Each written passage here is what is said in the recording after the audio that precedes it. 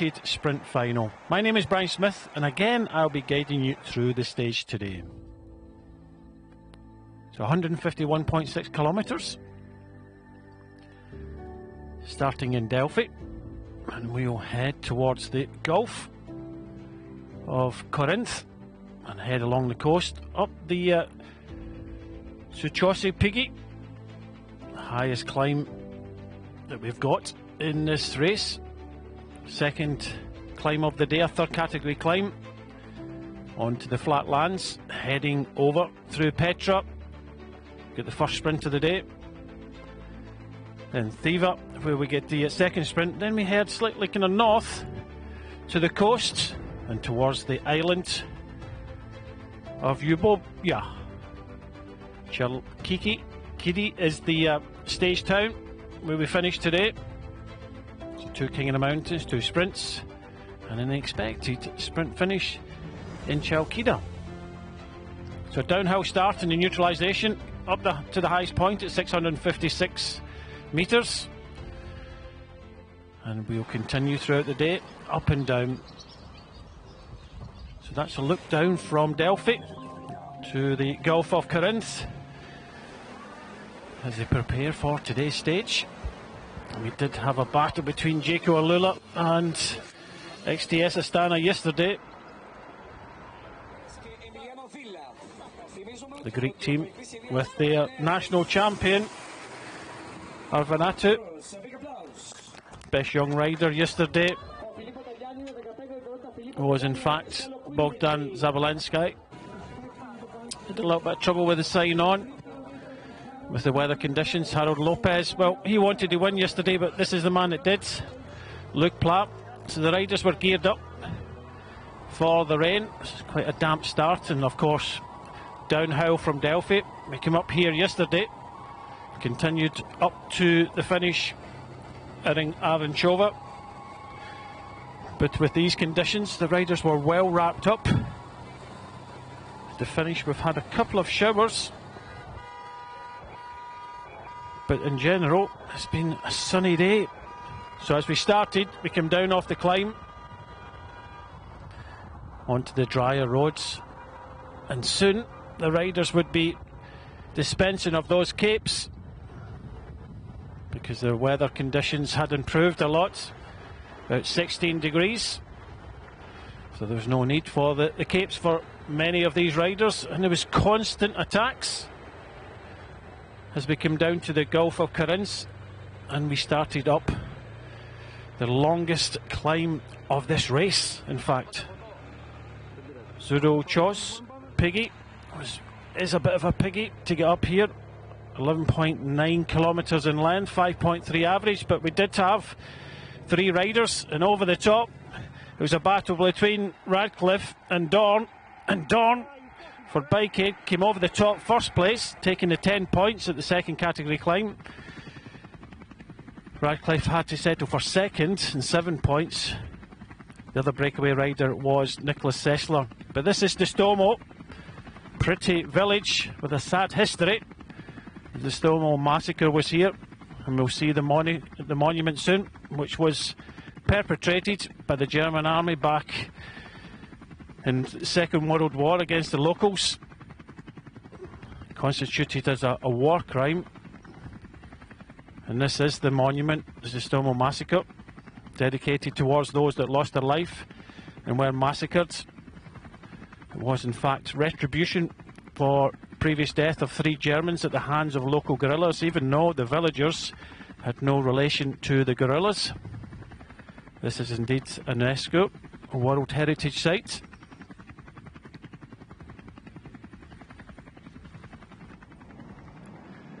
So an uphill start, then gradually kind of downhill, rolling along towards the coast to the, we actually go on to Yuboya, well not quite onto Yuboya, towards Yuboya, at the finish in Chalkida. So 3 riders in the breakaway as we see them here. So we know about George Radcliffe. He won maximum points in the first day to gain the King of the Mountains, lost out yesterday. He now sits second in that competition. The leader being Plapp with his 15 points at the finish. We now have Radcliffe on 12. And new man on the block, the rider at the front, is Vincent Dorn of Bikeaid, the 26-year-old German rider, taking the 10 points. So he pops into third in that competition. And for the ride, Nicholas Sessler from the Victoria Sports. First time we've really seen Victoria Sports in this race, in the breakaway. The Brazilian. So only 3 riders. It was very active before the climb, and really as expected. We have the sprinters teams towards the fronts. We have Jaco Lula in the purple, looking at the Dutch champion. Just see him there, the red top to his national champs jersey, white helmet, Dylan Groenewegen. And he'll be hoping to get that victory that he came close in day one. And then of course you've got Q36.5, blue body, white sleeves, white helmets. And by the looks of things, XDS Astana are just going to look after Harold Lopez today.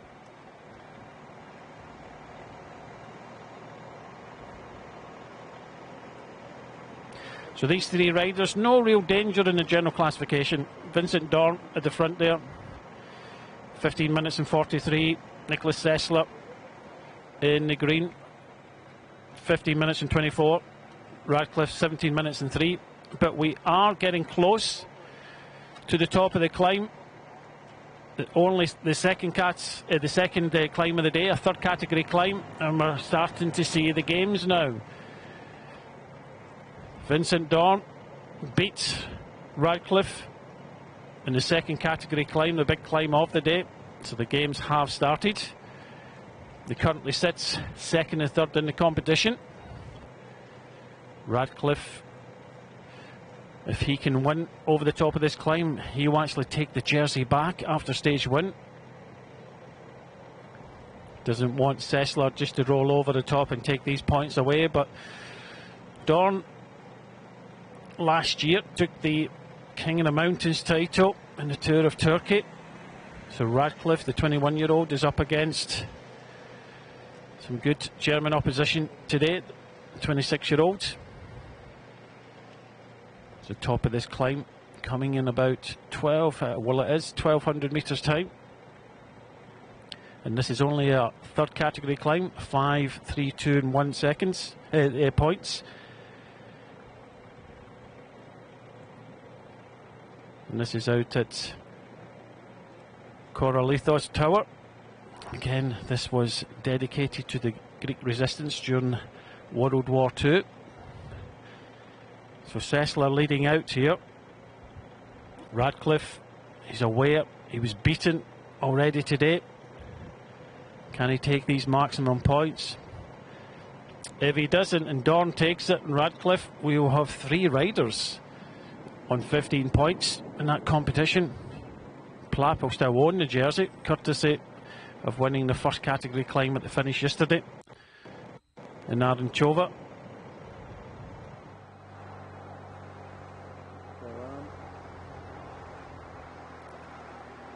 So like stage 1, big day for Q36.5 and Jaco. And there he goes. Radcliffe goes for this one. He takes this one on from the front. What has Dorn got? Can he come round him? Dorn is just sitting and waiting, getting closer to the line. Can he get round him? It's between Radcliffe and Dorn. It's going to be a close one. Oh. By the reaction there, I think Dorn just got that one. But we'll wait for official confirmation. And it's a wave. So by the looks of things, it's a close call there, but it looks like as if Vincent Dorn took that one. You could hear the disappointment from Radcliffe. We see the gamesmanship was starting to play further down the climb. Very important, as I said, if Radcliffe had taken the maximum points, he would have had that jersey back, which he gained on stage 1. But Dorn just played one just to the last moment there. He was patient. Quick acceleration. I think just got him there in the end. So disappointment for the Brits, the 21-year-old from Leeds. But it's not all over yet, because Dorn taking another 5 points, so that's 15 points he's taken in total today. Zessler 3, so add to the 12 he's already got. He'll be on 15, so they're absolutely equal on points. Luke Plapp taking 15 points yesterday. But Luke Plapp will have that jersey. But this man here, I think, will wear that jersey courtesy of winning that second category climb. So it'll go down and count back to how many categorised climbs you won. And this man won the second category climb at the start of today's stage.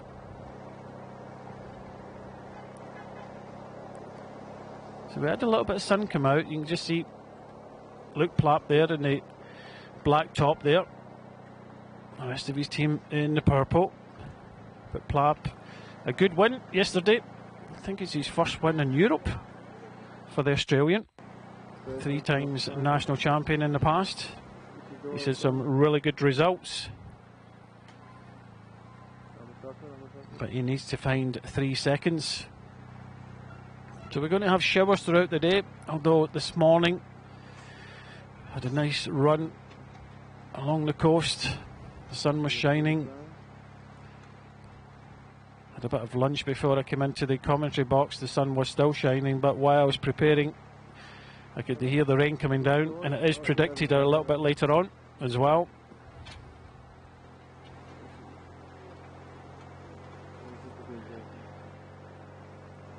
And this will really test out the riders come the finish, because it is a really tricky finish. I ran the last 2 kilometres and there's some sharp corners, a little bit of descent onto the Bay Road, and it twists and turns all the way in towards the finish. In fact, the organisation have moved the 3 kilometre rule today to 5 kilometres, just for a little bit more on the safety side of things. Of course, that doesn't really affect the sprinters. They'll be going flat out, but for the GC contenders, we saw it in stage 1 where we had a crash just about 4.4 kilometres from the finish. Some riders losing time on the general classification. Still 115 riders in this race. We've only lost 5 riders. So we did lose, I think, 3 riders from that crash, unfortunately.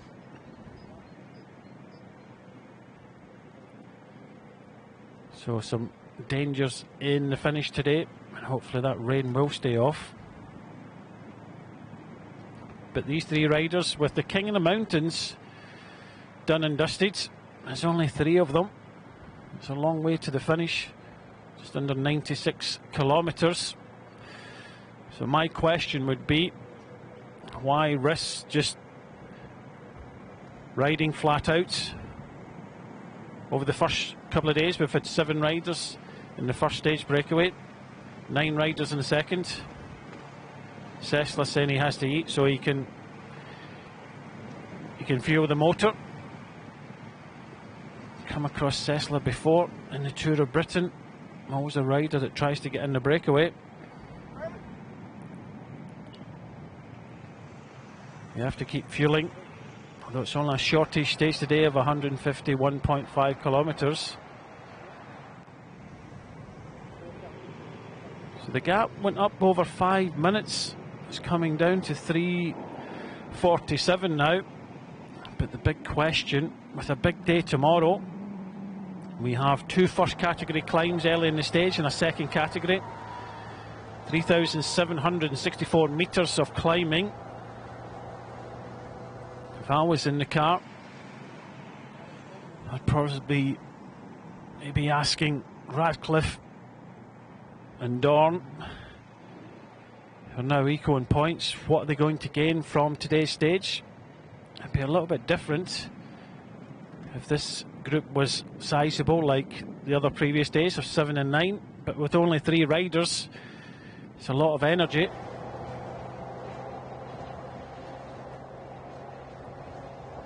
They're now being climbed to possibly ask George Radcliffe from X-Speed, the 21-year-old, possibly just to drift back into the peloton and save energy for tomorrow, because he's going to need it. Because it looks as if Vincent Dorn is up for this one. He has got past history in other races of winning the King of the Mountains.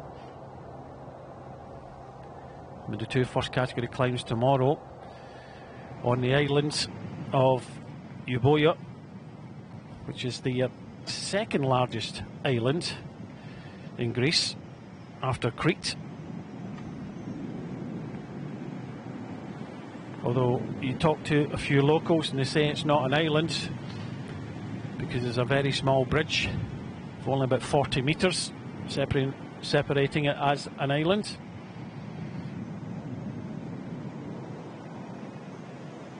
So the 3 continue for the moment, but let's see how this develops over the coming kilometres. So J.K. Lula in the purple and Q36.5 will do the job as they did on stage 1. You can see the new leader in not too dissimilar to his team jersey of XDS Astana. He's just on the back wheel of Luke Plapp. Even at this stage, not allowing Luke Plapp to go anywhere at all. So Luke Plapp in that black jersey. Harold Lopez, the Ecuadorian, who was disappointed yesterday, wasn't he? Big opportunity to take even more seconds. But Luke Plapp just had enough left to come up the inside and nab that victory, and more importantly, the 10 bonus seconds that went with it. Of course, they were separated by 7 seconds during the day. So Harold Lopez has that leader's jersey. Whether he'll be able to continue with that jersey, yet to be seen. I think the danger for that is, when I was just talking about what Dorn and Sessler and Radcliffe do in a 3-rider breakaway, knowing what happened in stage 1 when there was 7 riders away. Only 3 of them with 3:42. It's going to be a hard task if they have any thoughts. And of course, both of them flying the King of the Mountains flag as well, and a big day tomorrow. I'm not too sure. The thing is, for us fans and viewers, there is a bonus sprint. Oh, there's 2 still to come. 66.2 to go to the finish and 38.8. And if they were to come back, then there would be seconds available for the peloton. So Luke Plapp, if he's going to win this race, here he is. Big win yesterday for him and the team. Disappointed after Dylan Groenewegen got beat by Matteo in the first stage. I think for Luke Plapp, he has to find those 3 seconds somewhere. Will it be in the big stage tomorrow? Will he get the opportunities? Of course, in stage 5 there is a sprint very close to the start. So there is potential, but for the moment anyway, our leader is Harold Lopez, the Ecuadorian, sitting with his team in that cyan jersey as the race leader.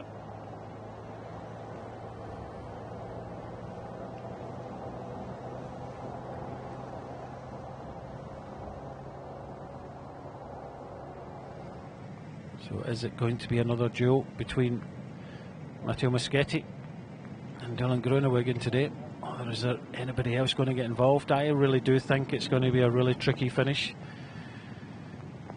The run-in, just about 1,500 metres to go. The only real flat part or straight part is the 100 metres just before the finishing line. So it constantly twists lefts and rights, sharp corners, bit of a steep descent as we come onto the bay. It's wide enough, but it's just the constant lefts and rights. And Dylan Groenewegen The Dutch champion is here for a reason, and that's to win a stage. But of course, they dearly love to win a stage and take overall honours as well. So the Dutch champion made a mistake in the first stage, opening the door, allowing Moschetti to come up the inside. And of course, you could argue that's what Luke Clapp did yesterday to Harold Lopez. Just came up the inside, took the shortest way around to the finishing line. It was a good battle out there. You can see just before the finish in Anchová, the race leader Harold Lopez was attacking a lot. I think Clapp only attacked it once. It took a while, 4.5 kilometres, for Harold Lopez to manage to get up. He was complaining a little bit about the motorbikes in front.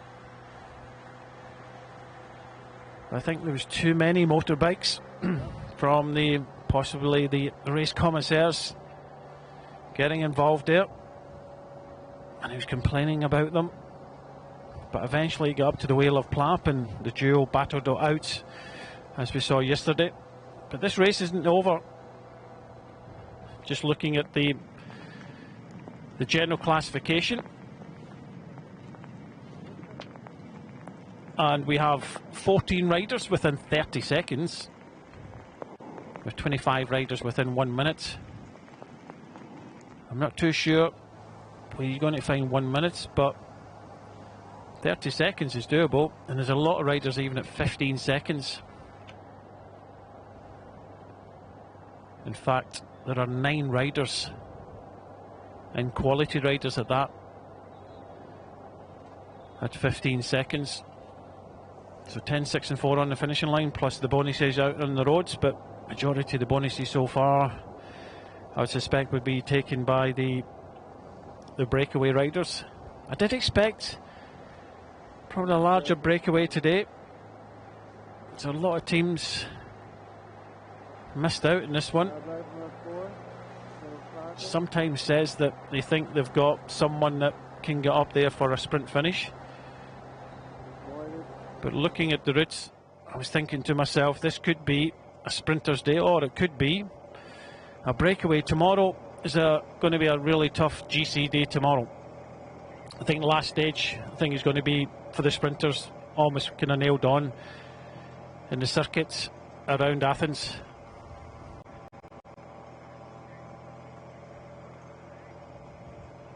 And this is Tiva, and Tiva will be the host of our, just after Tiva is our second sprint of the day, as we can see. And if you look north, you can see that there is a bit of rain in the area at the moment. There's also a bit of rain in the peloton, and Clapp already got a rain jacket on, pulling another one on. 14 degrees. Maybe the Aussie feeling a little bit of the cold, wants to stay as warm as possible. Moschetti with his clear glasses on.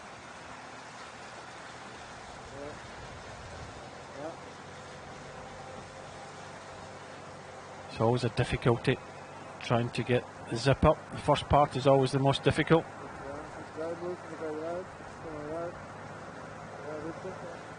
Michael Hepburn, quality rider is Michael Hepburn. Same with Luca Meesgets. But both of these riders for Jaco Alula, 100% over the last kind of couple of years, are totally focused on helping the team. And you often get that. You look at a rider's palmares and you see how well they've done in the past. You see the leaders of these jerseys. Clapp. Well, he'll hold that one again. It was a good ride by Bogdan Zabelinskaya from the Cypriot team, the national team. That was a big surprise for me and possibly many others. And what a result that would be if he remained on the podium. Of course, there are many others not that far behind him. But the three continue at the front. With George Ratcliffe here in the dark blue from X-Speed. Nicholas Sessler, Victoria Sports, a Brazilian. Good to see that having a bit of a chat and a smile. Pat in the back for Vincent Dorn. Nice sportsmanship there by Radcliffe. He was beaten fair and square come the end by slightly more experienced rider, Vincent Dorn.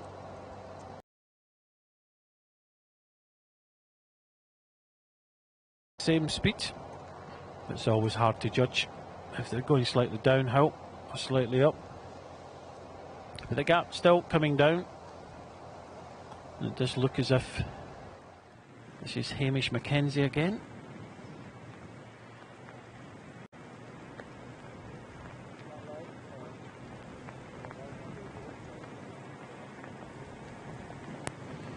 And there's 1-1-1 in the breakaway.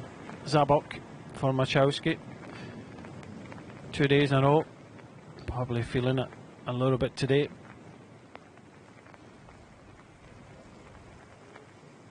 So the team from Cyprus have got something to shout about. Having a third place in general classification, or having the best young rider. Third place is in fact Bogdan Zabelinski, but he's equal in time to 9 other riders.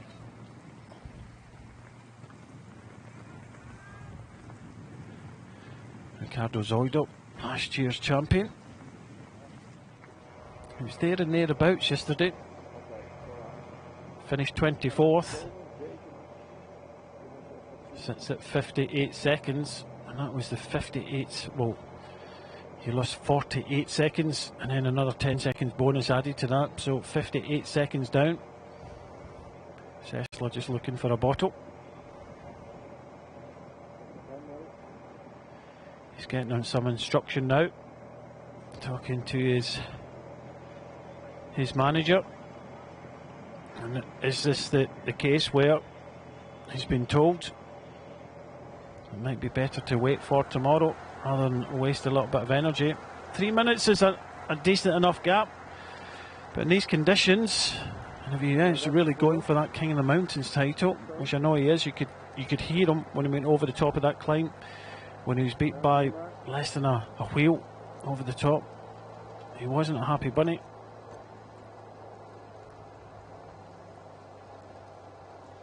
Lopez, the leader of this race, sitting towards the front, keeping out of trouble. Some say that it's probably a little bit easier to sit further in the group, but of course if you sit further in the group, you do risk more riders that are in front of you, the more risk there is.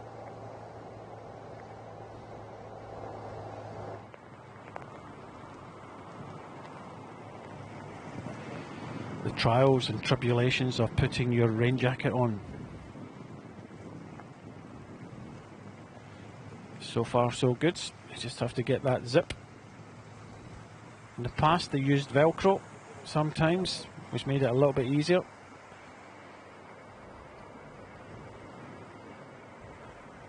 Just don't do this at home. I had a bad habit when I stopped cycling of trying to do this. All it needs is a bit of wind and it can hit you from the side.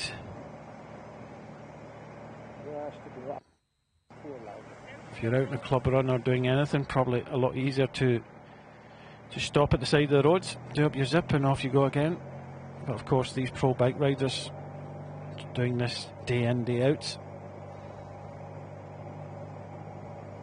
So for the moment anyway, Nicholas Sessler ploughing a furrow towards the finishing town of Chalkida. And for the moment anyway, he's got Vincent Dorn and George Radcliffe helping him along the way. So we've come off most of the climbs now. Got a couple of lumps and bumps in towards the finish. 2:36.5 at the front here again with Jaco Lula in the purple. Same two teams. Gleb Saritsa on the left hand side. He did his job yesterday at the bottom of the climb. What can he do in his final? I think, like day one, he will be on his own. I don't think they'll risk anything. I think make sure that Harold Lopez gets inside the last 5 kilometres. Just make sure he stays in the group and out of trouble. Because I really do think this is a very, very tricky finish. And if it's damp, it'll be even trickier.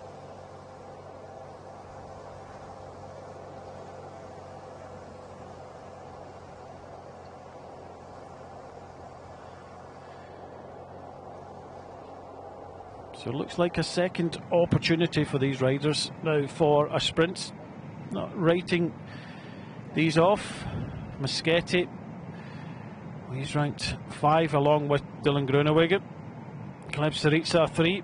I'd probably put him a 4. Timothy Dupont 4th in the first stage. Konishev avance. Good ride by him. I think we'll see him again today. Buglis, Avenatu, and again Miesgets is in there, but Miesgets, well, he's the last lead out, isn't he, for Dylan Groenewegen?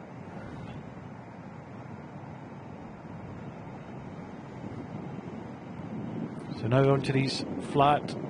It's not too windy today, but there is a bit of a wind. You can see that affecting the rider a little bit now.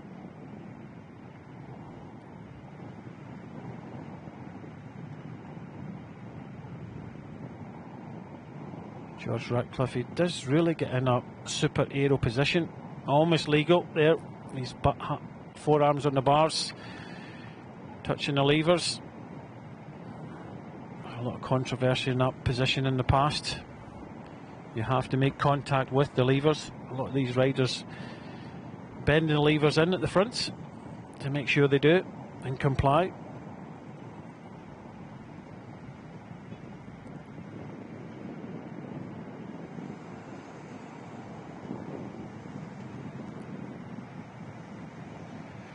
And I really do hope that the sun does come out for the final here.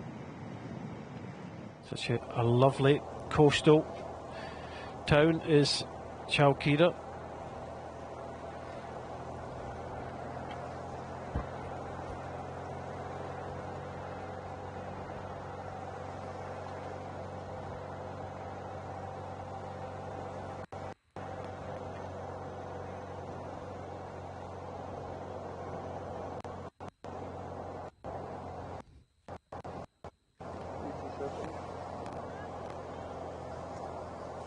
So it's a day of jackets on, jackets off for most of these riders. About 14 degrees. It's not overly cold. And what you find sometimes is when it dries a little bit like it does now, it's probably a bit better to get that wet jacket, that long sleeve off.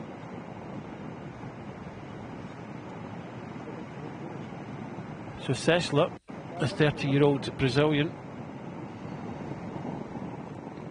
he's been around a few different teams in the past.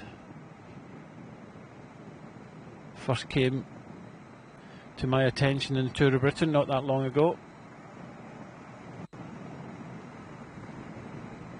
It's the first time we've really kind of seen this team in this race. For the breakaway of 7. And then a breakaway of 9 yesterday.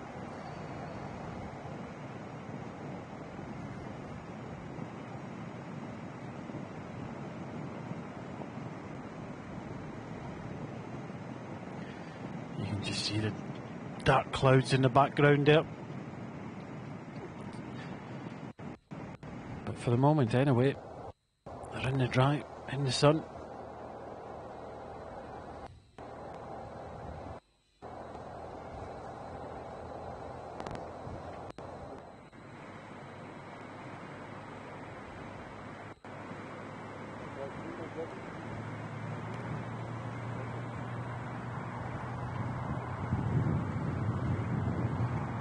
Majority of the action in the peloton is at the back here.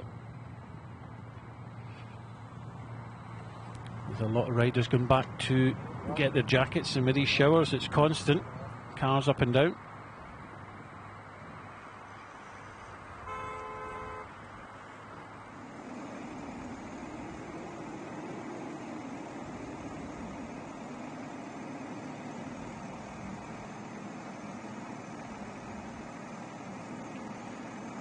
So Sessler has been around. He was in the Israel Cycling Academy team. Went to Burgos for a couple of years, or 3 years in fact, Global 6. And so last years he's been with this team, Victoria Sports Pro Cycling team. He's had no major victories, although he did win the Tour of Salalah in 2024.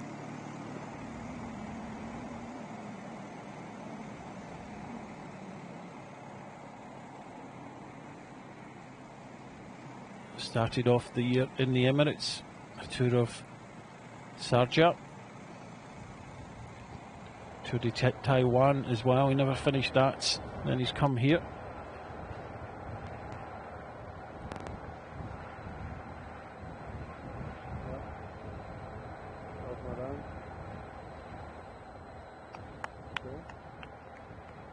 So the sun is shining, but for how long?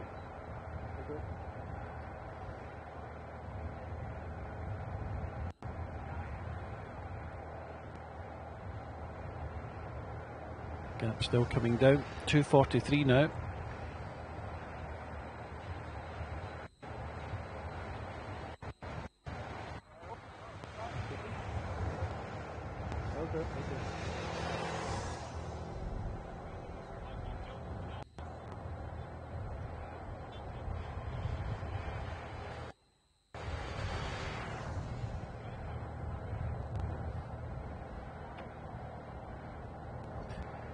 You see the man in third place there.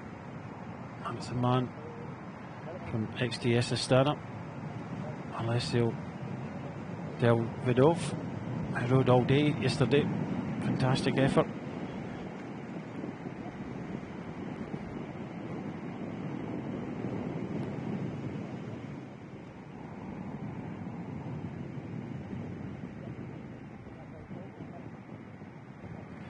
So the three still together. Still happy to take trade turns at the front after the battle for the King of the Mountains between Dawn and Radcliffe. We now have 3 riders on 15 points. So Dawn, Radcliffe and Plapp.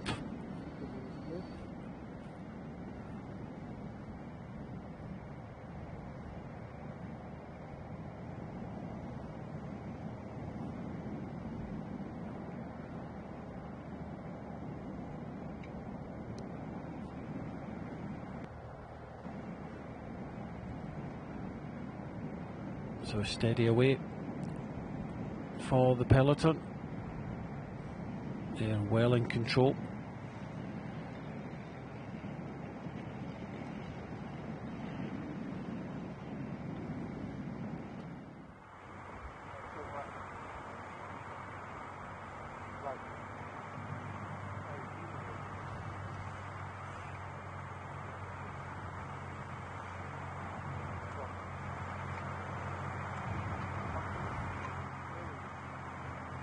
There's another shortish stage today of 151 kilometres. Maximum elevation gain 1619. Most of that is behind the riders now. You had over 2,000 tomorrow for another GC battle. The rider there, Pierre-Henri Basset, that crashed in the corner just before Delphi. Dylan Groenewegen just about to put his gloves on.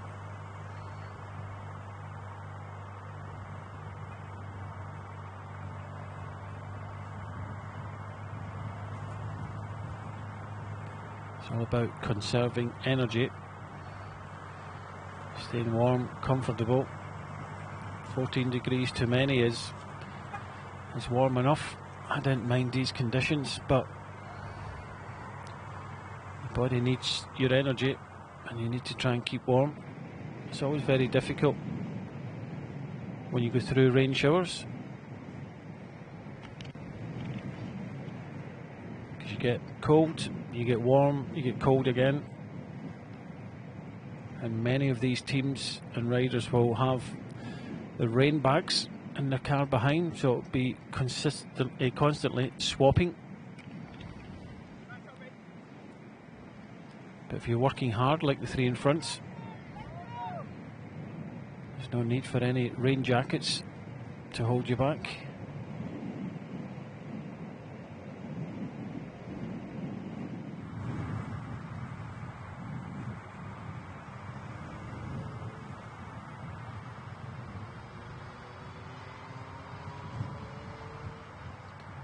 You see the high mountains nearby. I've left most of them behind where we finished up yesterday. Taranchova. There is a ski resort further up at 2,400 metres. Some of the personnel were showing me some photographs of their skiing trips. Like I said in commentary yesterday, totally different field. Most people come to Greece. In fact, I have quite often. Most come to the islands. I've been very impressed by the mainland. This is what I was saying yesterday. Did you see what Diego Alesi said it did there? Sometimes better to stop than struggle and put your jacket on, because anytime you take your hands off the bars, you do struggle. So for Harold Lopez, he's just got a bit of wisdom there from his team leader, or his team captain, Diego Alesi, just telling him to stop and put his jacket on. And of course Diego Alesi will stay with him and then bring him back to the front. But yesterday up in Taranchova, very much like being in the Alps somewhere in Switzerland. These heaters in the restaurants, magnificent views, rugs, everything to keep you warm.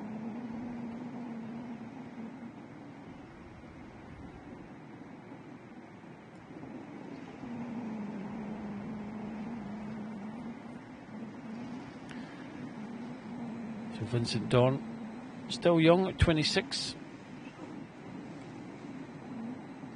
winner of the King of the Mountains in the Tour of Turkey last year. He's only raced Tour de Rwanda this year, finished 45th in the general classification, best place being on a stage was 40th.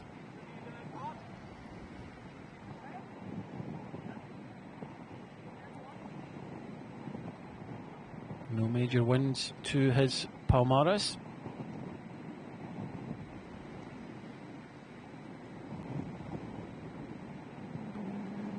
This is Gonzalez here, a Panama champion. A take of the bag, as I was saying in the commentary yesterday, a little bit easier to take the fabric of a bag rather than the wet bottle. I think this is Harm van Hoeken at the front.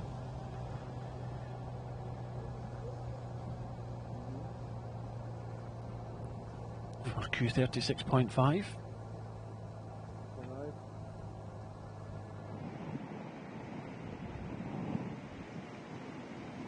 So still these three riders quite happy and content to keep riding. 2 minutes and 30. And they will all be given the same information of what's happening. Had just over 5 minutes. We've got 2 sprints coming up and then the finish.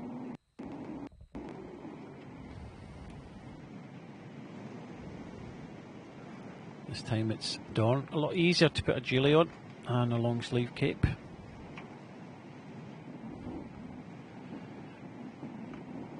And then it's about just zipping that up. So that would suggest just easing a little bit in the breakaway, not working as hard as they have done. Vincent Dawn is pulling on that Julie. Normally when you're working hard, you don't really kind of feel the cold as much.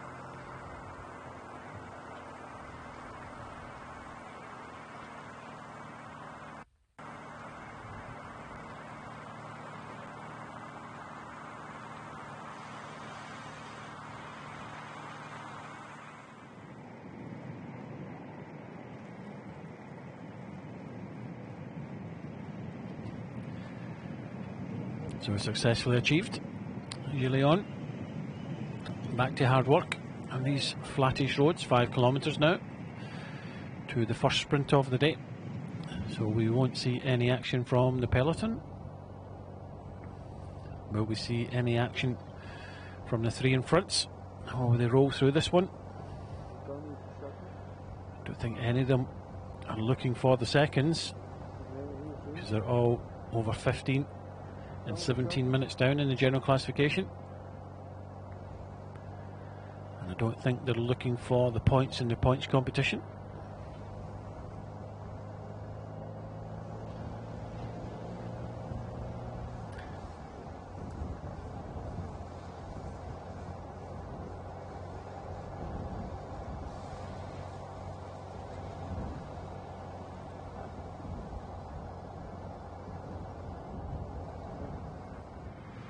The morning was so nice here.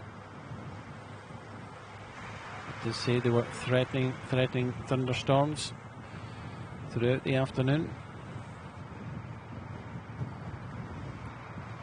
Simone Zanini, another young rider that did a good job yesterday at the bottom of the climb.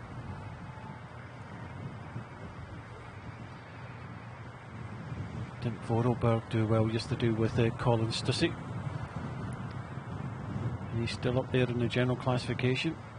He was the instigator on the climb yesterday.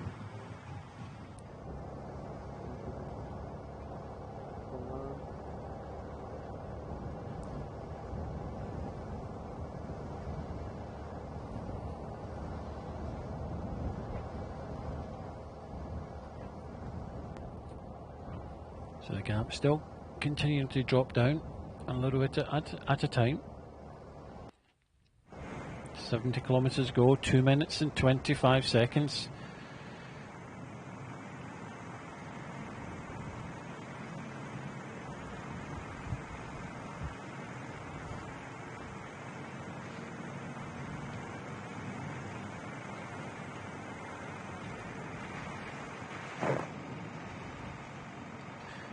You just see the aero socks used by Radcliffe there. The over socks there.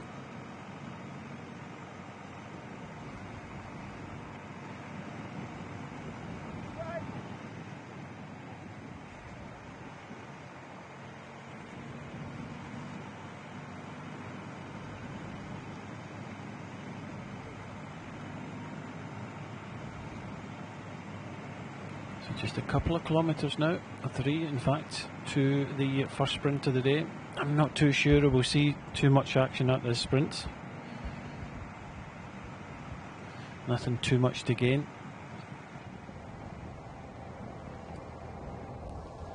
Looks like Gleb Syriza possibly going back to maybe get a jacket. Soon we may have the whole peloton in black.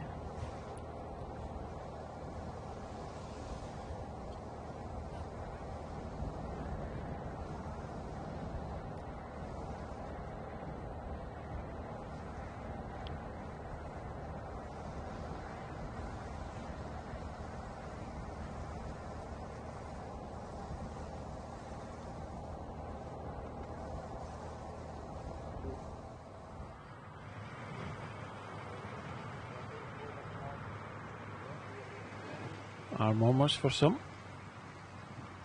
It's the same when the race isn't flat out. Arnie Santi had a good top 10 along with his teammates Timothy DuPont in stage 1. You see Gleb says dropping back on the right hand side. Just talking in the radio, asking what he wants. The mechanic will be over the back seats, grabbing that wet weather bag with Gleb Saric's name on it, rifling through it to get what he requires. Looks as if he's taking his gilet off, possibly putting a rain jacket on. So I said most of these teams will have a bag in the back of the car with a name on it. And in that is spare clothing.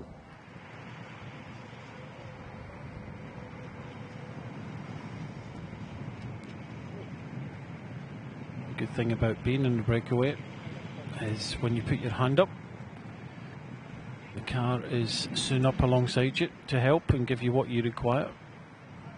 In the Peloton you have to drop all the way to the back and behind the commissaire car, and then if you're riding at the front you have to go all the way to the back again, all the way to the front.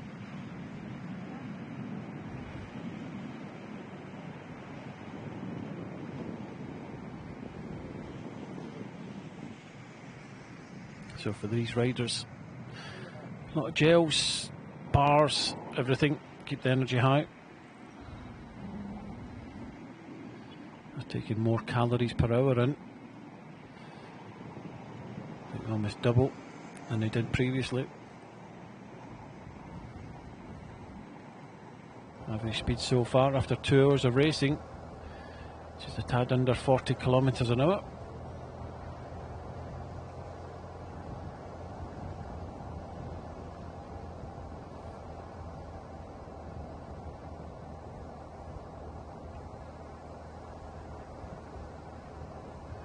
Another good job being done by Jaco Alula in Q36.5 so far.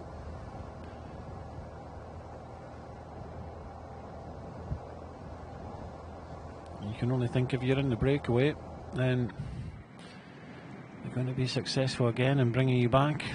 That's why I was questioning why George Redcliffe in the breakaway in the first stage, in the breakaway today, battling it out, big day tomorrow. Possibly needs to save some energy.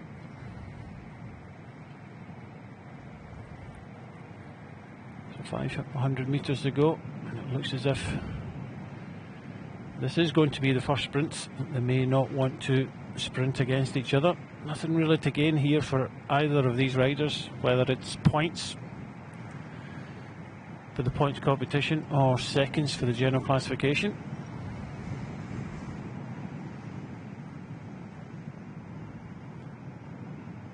It'll just be a roll through in this one.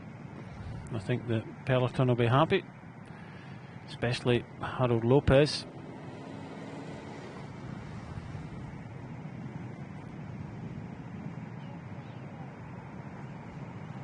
But Vincent Dorn deciding he wants to take the maximum.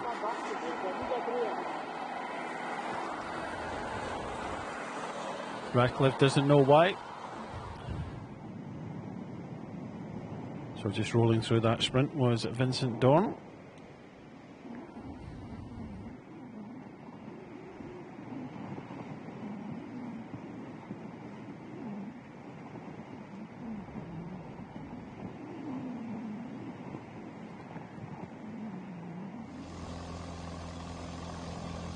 So the first sprint out the way for the riders, and it was in fact Dorn from Radcliffe from Sessler.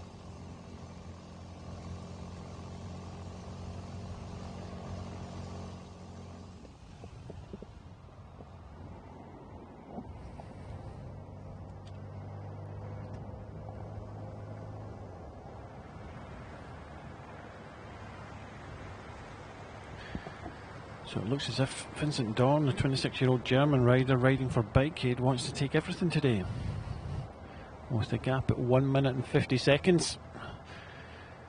very much doubt the stage will be up for grabs.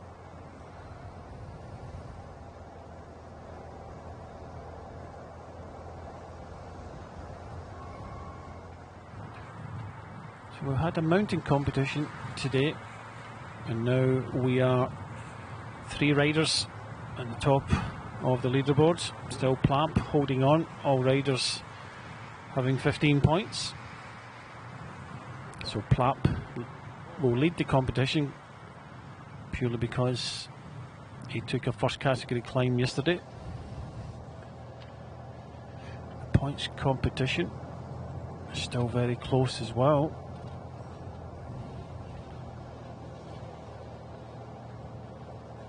So Plamp and Moschetti on 15 points.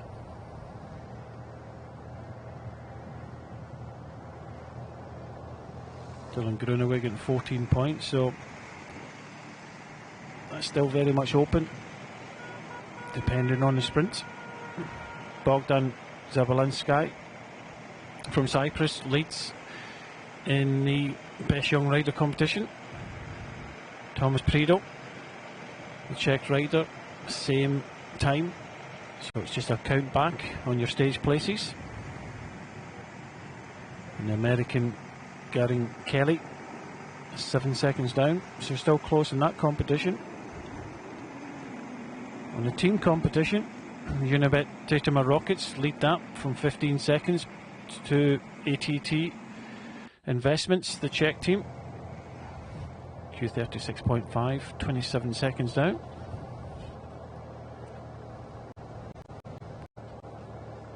For some teams, the team competition isn't important, but to some it is indeed. And by saying that, I allude to Movistar. I think 1 year alone they won the team competition in all 3 Grand Tours, so they take great pride in looking at that competition themselves.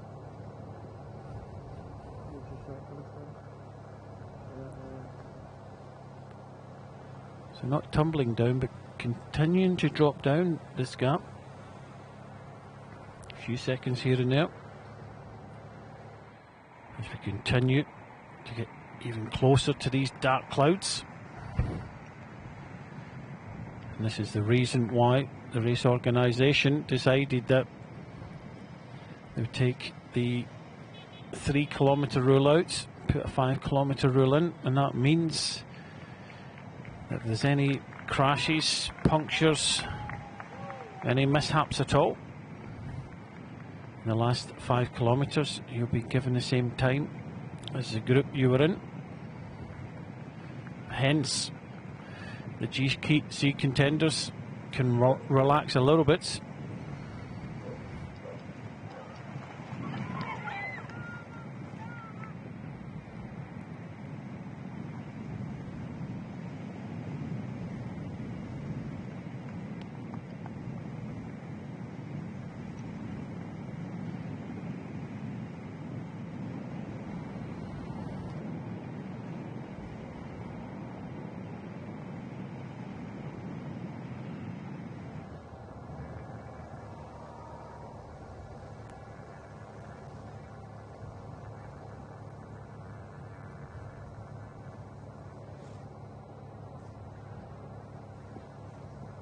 Sun just shining as well now, but still riders putting their capes on.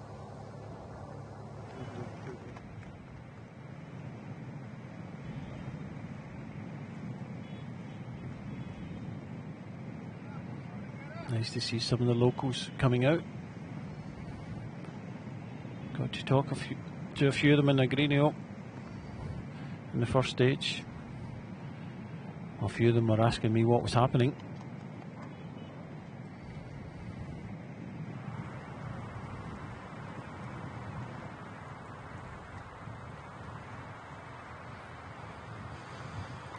The Peloton almost colour blocked in black, such as the material that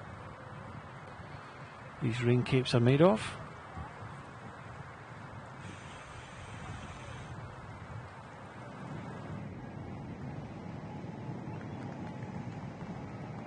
And still 3 riders of Vincent Dorn from Bikehead, Nicholas Sessler of Victoria Sports, and George Radcliffe of X-Speed continue through this village here.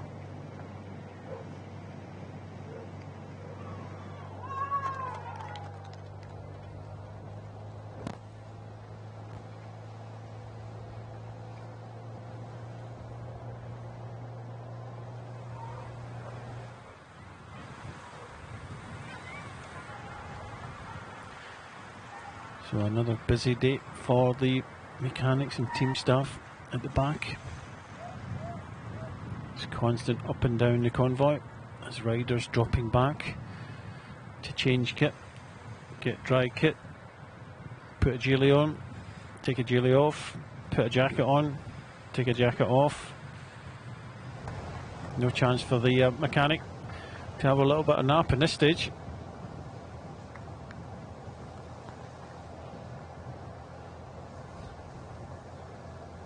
See Gleb Saritsa, he's got his jacket on, he went back to the car, changed out his geely with his teammate there. Zanini keeping that geely on. Different riders deal with these situations, different to others, of course being Scottish. You don't get used to the rain, it's just you have to learn how to deal with it.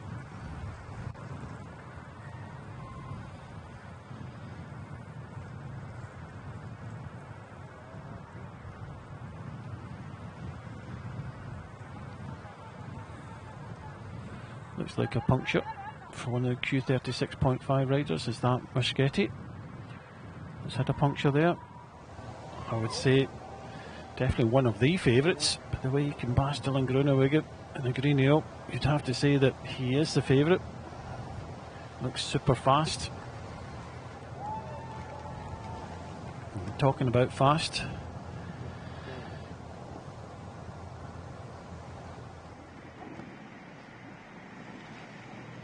he set one of the fastest sprints I've ever recorded in the Alula Tour.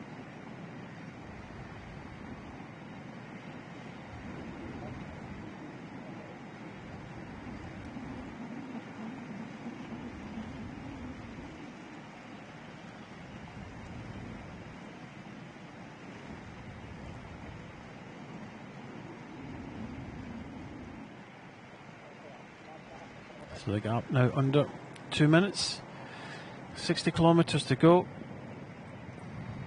So we're through the Petra sprint. Next is the Tiva sprint before we start to head in towards the finishing line.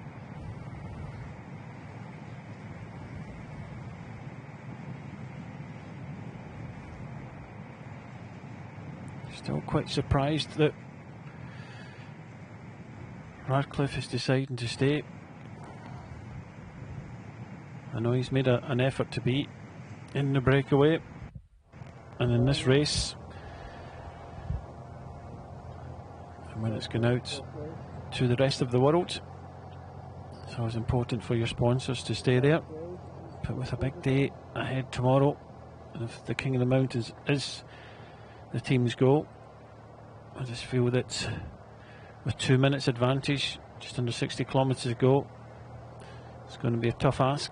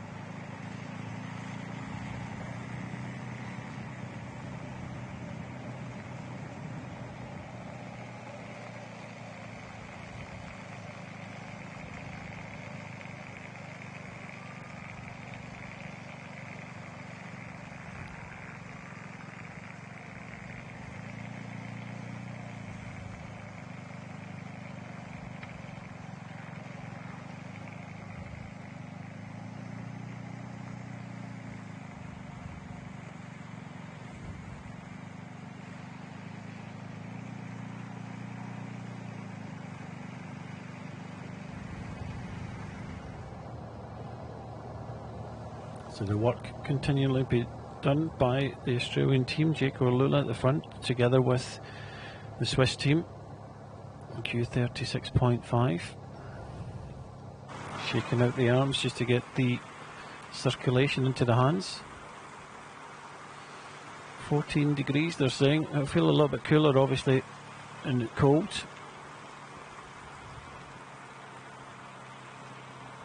And sometimes when you've got that long sleeve top on, riding at the front, it kind of cools you down a little bit more, having a wet garment on. A couple of riders just making people aware, just shaking their hands out.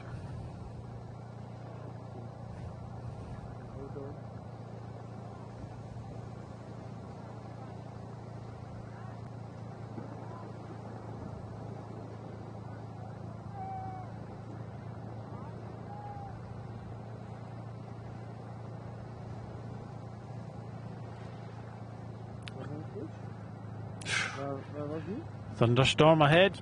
You just saw the flash there.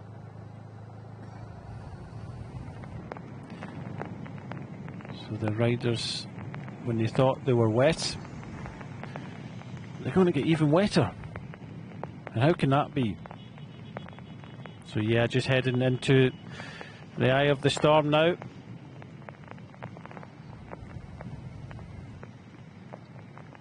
Might not be the hardest of stages, but in these conditions you don't sit on the wheel so close. Very difficult to see.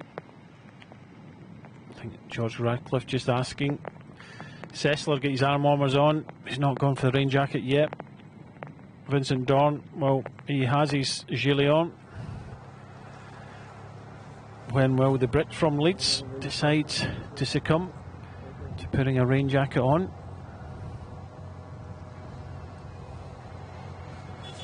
It's always a difficult stage when it's like this, trying to stay warm, trying to stay focused.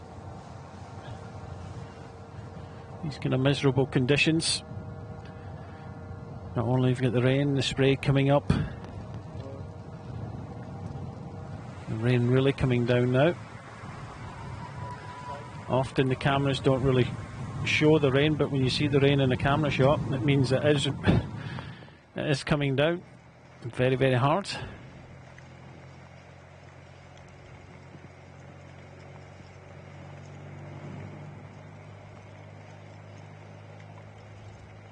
Still, when the sun's out, beautiful part of the world, very different from the islands. I believe there's over 2,000 of them, and we're heading to the second largest one. We actually finish still on the mainland at Chalkida, and in fact our hotel was over in the island of Euboea. There's a 40-metre bridge connecting, a swing bridge. Two bridges. There's a modern bridge now. They still do have the old swing bridge.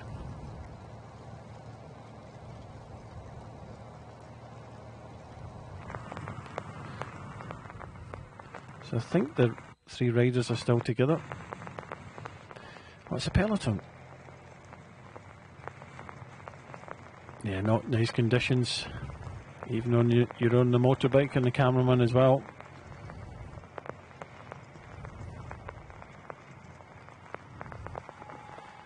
Well, I've been told this is quite normal.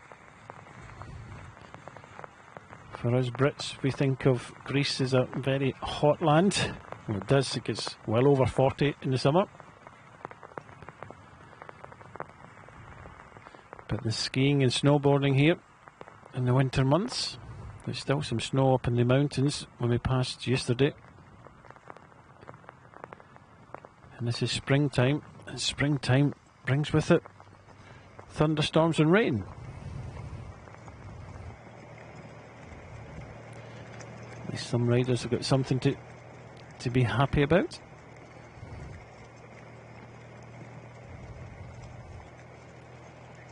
So the gap still hovering around the 2-minute mark.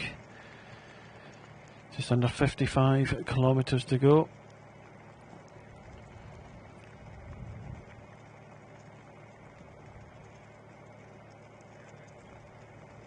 It's difficult being in the breakaway with only 3 riders. You have to do it a little bit longer at the front. This Novo Nordisk team, I remind everybody within this team is type 1 diabetes.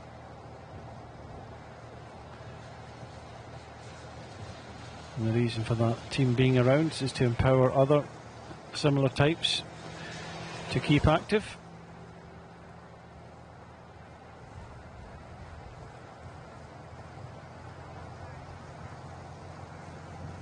I don't think there's a lot of smiling in the peloton.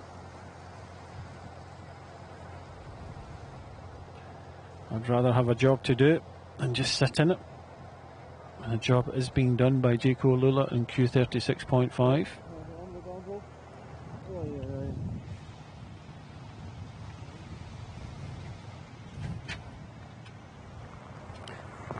I can say I've just opened the door of the commentary box and it looks as if it's dry outside. So 50 kilometres away to get through this storm. Fingers crossed we might have a dry finish. The sun may come out and put his hat on.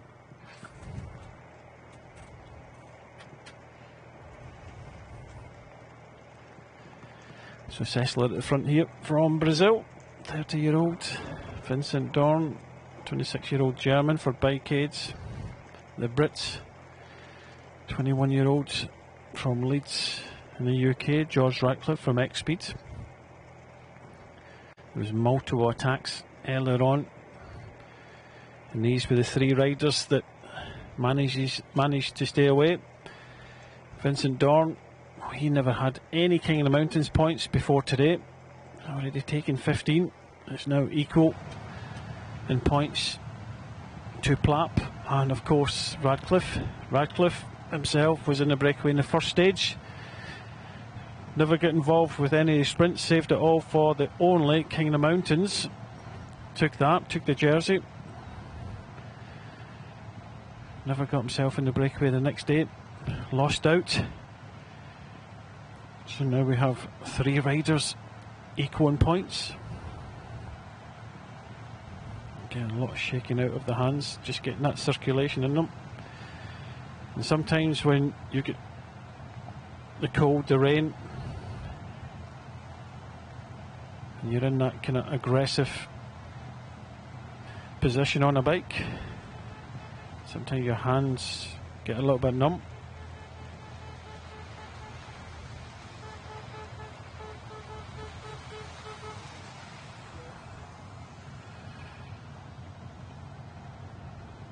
What are they saying to each other in the breakaway?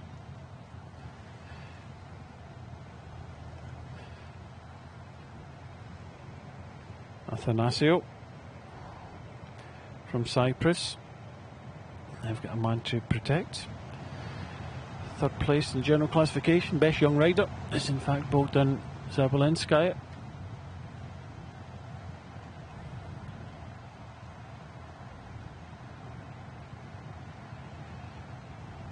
I think either being in the breakaway or on the front of the peloton is the only place to be if you want to try and keep warm. And it looks as if it's only Jaco Lula now. Just remind everybody that Q36.5 only started with 5 riders in this race, so they cannot use up too much personnel.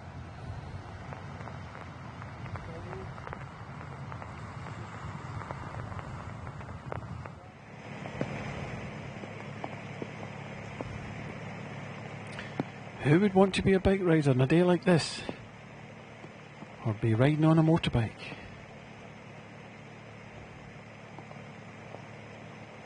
I didn't mind days like this, of course. I used to just, what motivated me the most was the fact that I knew that other people didn't like it.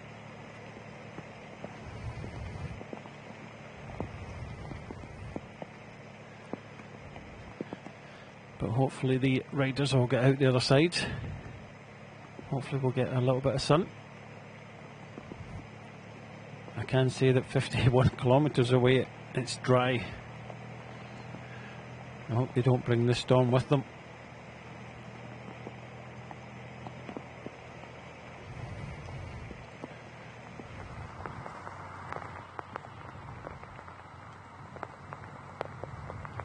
So not much of a wind, 2 kilometres an hour from the south.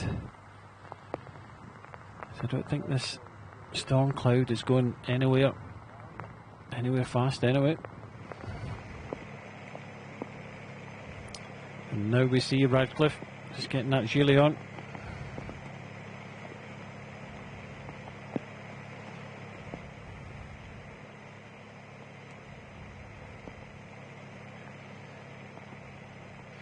And days like today, it can be tough mentally. There's not so much chit chat.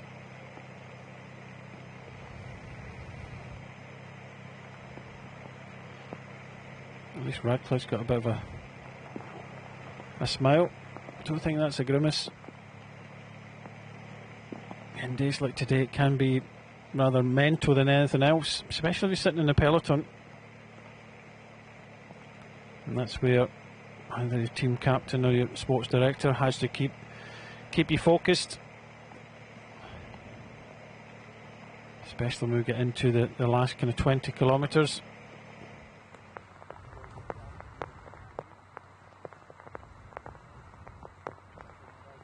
If you fall asleep, anything can happen. Touch a wheel. You have to keep totally focused in days like today.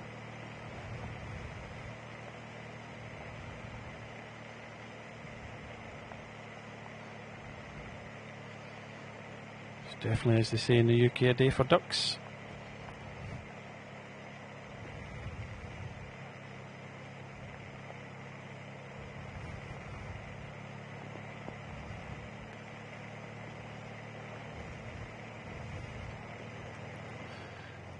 And I would think that most of the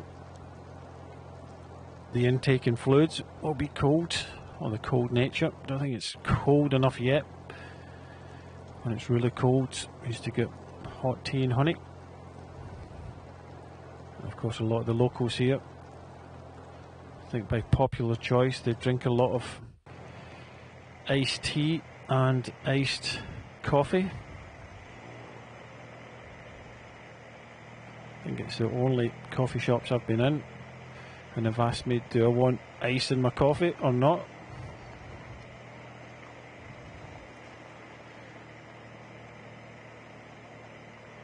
So the Greeks like a cold coffee, and it's constantly in their hands all day.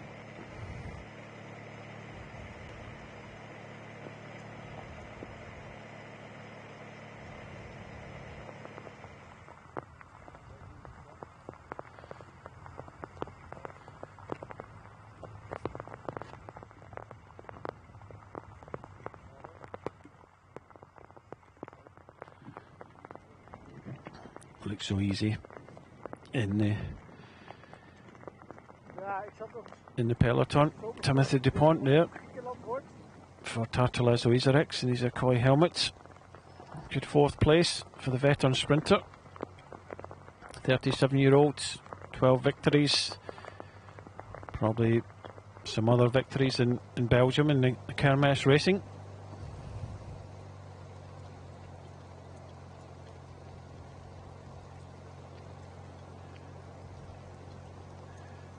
As you can see, not a lot of chit chat.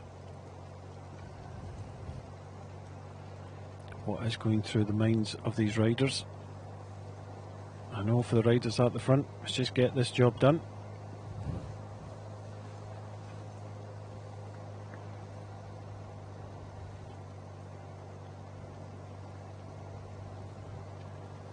So Q36.5, just putting the rider up towards the front. Whether he went back, I think it's Han van Hoeke.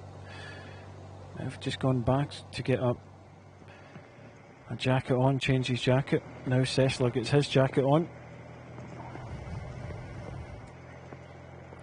this is a stage of the jacket change.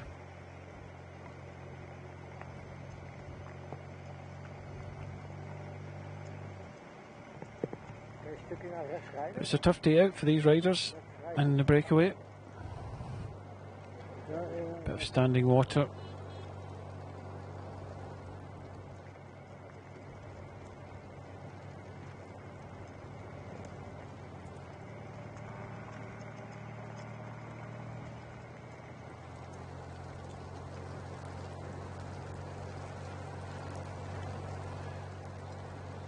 Just when you thought the rain was coming straight down, well, it's coming straight from the side now, right hand side.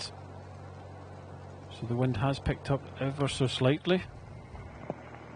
Cecil just back at the car, putting his jacket on. Looks like he's getting gloves on as well.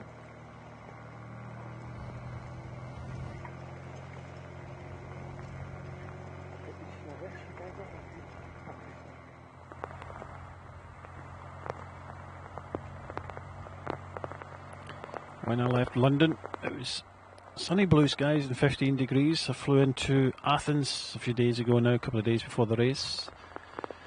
Got picked up. After 5 minutes, the rain came on. And I told them I never came to Greece to see the rain. And they promised me it would clear up, and it did.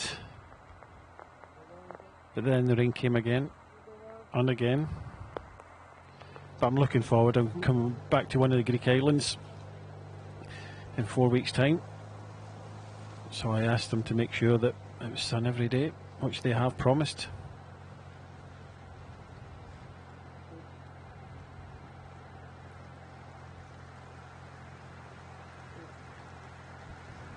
So Gleb Syriza, the same face he had on yesterday, not a happy one. I think he's only happiest when he's sprinting.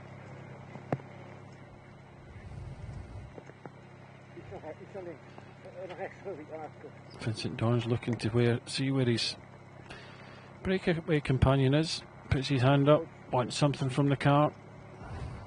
Still a little bit surprised that they haven't given up. But like I say, for a lot of these teams, just being in the breakaway in a race like this, when you've got the TV cameras, every little bit of mention for your sponsors, any view at all, it's important.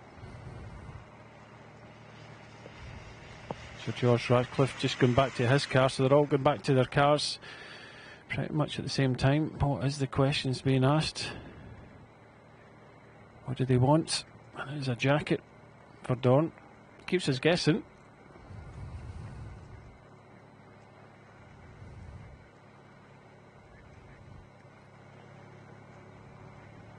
So do you want a gel bottle? No, I'll have a jacket, please.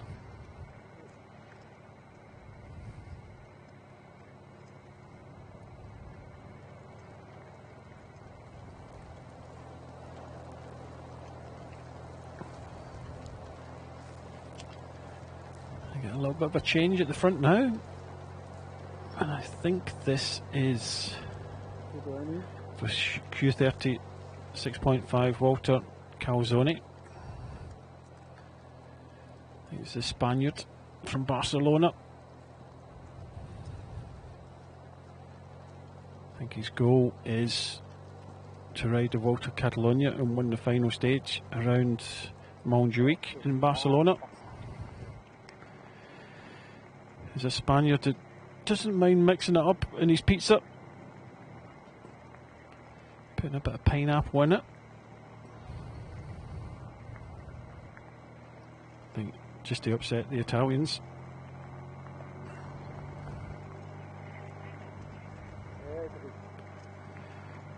So Vincent Dorn just putting his cape on. Cecil's already got his cape on. Radcliffe just a dually on for the moment anyway.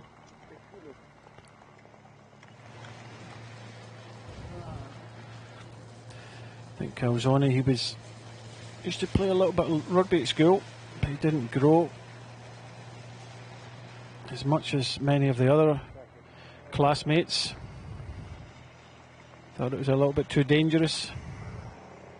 Tried a bit of running, got an injury, eventually took to cycling.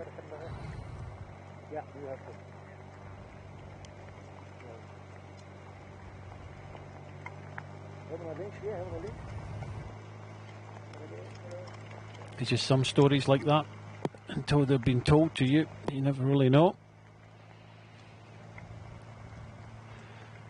Vincent Dorn really struggling with his cape. I think he's just trying to get that. And sometimes you leave it too late, your hands are cold. A lot of standing water now. So when your hands are cold, you just cannot get that zip in. It's a little bit easier to stop. But when you're in the breakaway, you don't want to stop.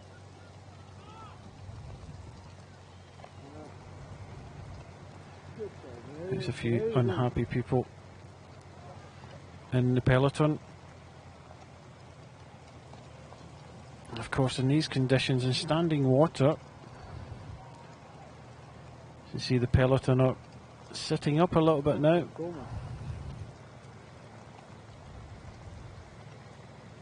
Not too sure they're too happy with the conditions. And of course, when you get standing water, you never know what's underneath.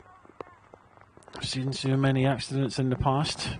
It does get a little bit dangerous when you have that standing water. You think it's just perfect road underneath. Hit a hole, bang, you're down.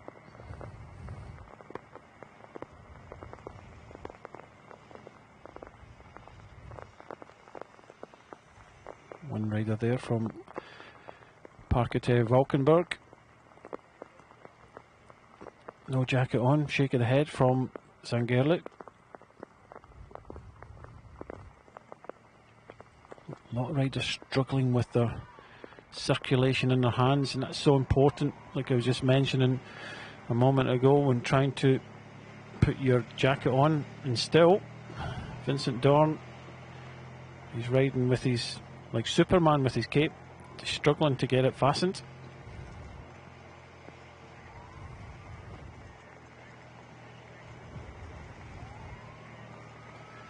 Going to check outside again. Yep, still dry. So thunderstorm, standing water. The finish is dry. That's what you have to kind of concentrate on, get through these tough conditions. So these three riders, after several attacks by many riders, managed to pry themselves off the fronts. The gap went up very quickly initially on the first climb of the day, up the Zudodjus Piggy, which is not only the highest point of the course today, but of course the biggest climb in this year's Tour of Hellas.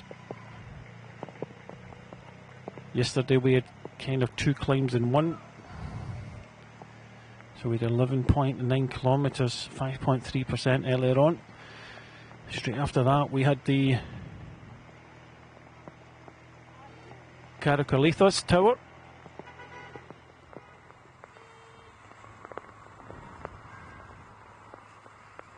And that was a third category climb.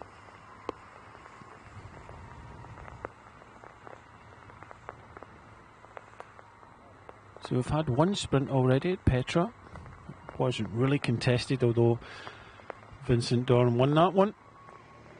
And by the looks of things, they may be stopping or neutralising the race with the conditions. Not any word myself yet. But let's see what happens at the front here. I hope not.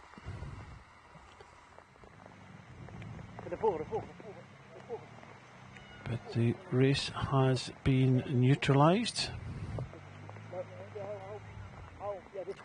We just saw a moment ago the peloton, you know, we're a little bit unhappy with the standing water. The riders of Breakaway don't know.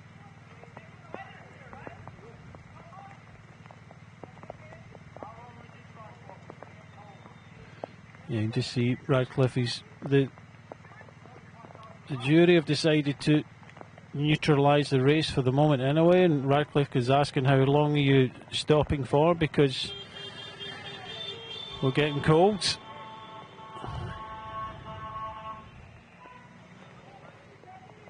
So with the bad weather conditions, it's a thunderstorm. I don't think it was too bad in my opinion. I think it was more the standing water. We've seen this happen. There is a protocol, of course, and rider safety is paramount. But on that note, it's probably better to ride on than to stop, because when you stop you get cold. Radcliffe just saying he's not cold. It's not. It's 14 degrees. That's what he's trying to tell the jury. Everybody's slowing up. We had a little bit of spill there in the peloton. Oh. Some riders are just braking. Bit of a slippery surface. Rider safety is paramount. They've seen the breakaways. The breakaway have gone from the front there, sheltering in the, underneath the buildings there. They're getting changed. I don't think they really know what's happening. It's probably not the best thing to do is to stop the race. In my opinion, the riders are going to get cold. I'd rather just ride on, keep it neutral out the other side, because like I said, it's dry at the finishing line, and hopefully in a few kilometres they'll be out the worst of it. But for the moment anyway, they're piling into this cafe on the right hand side, just like old times. I don't think they'll be stealing any bottles or anything like that from that cafe.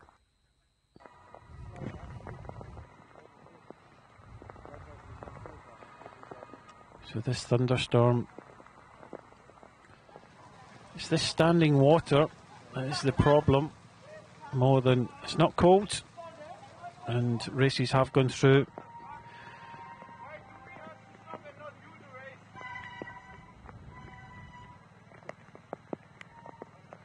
You can see Burgess there, he's shivering. It's a ride that rides for BH. Burgess BH in Spain.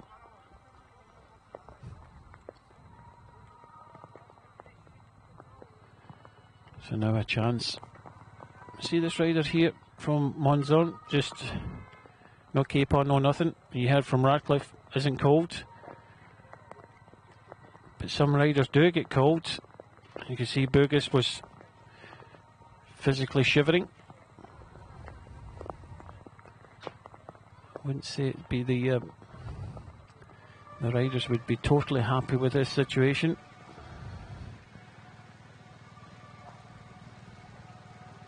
But with that standing water, there's underlying problems. So it's a forced cafe stop for many of these riders. And for some, it's just about getting into that bag. But they will have 40 kilometres to go to the finish. And there'll be a lot of riders definitely wet, some of them cold. Some of them okay. Dylan Grunewagen, well, he's in an ice cream shop.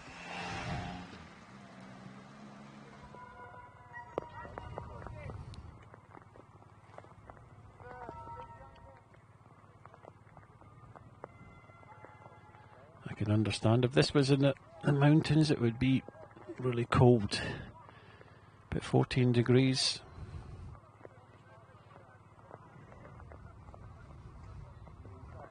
So an opportunity for riders now not to have the danger of trying to pull on jackets and things, just get a change, and hopefully these riders will have changes. These riders here are making the best of it, quite happy, content. That's the problem. The water coming across the roads, you can't see any defects, any holes or anything.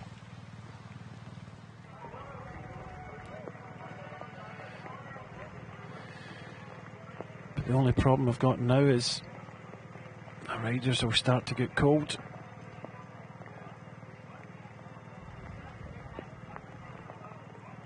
This is what happens when you're a finely tuned athlete. I think I used to race at 6% body fat. I think a lot of these riders now, I did get down to nearer 4. But for a lot of these riders, such as the progression of athletes nowadays, and of course there's the immune system when you race at this high level.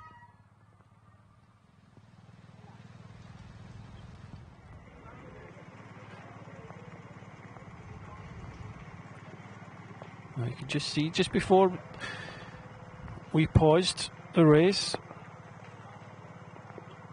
there was a kind of bunching up in the peloton. There's a few weren't too happy.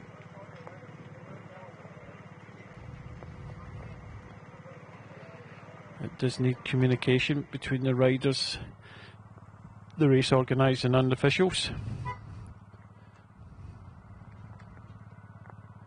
The problem being, you get all wrapped up, you're cold, you start again,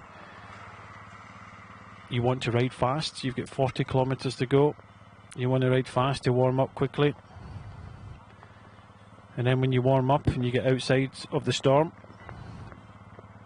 you get warm, you want to take your kit off again. It's a difficult day. A chance for a local shop owner to get a picture with Dylan Grunewiggett.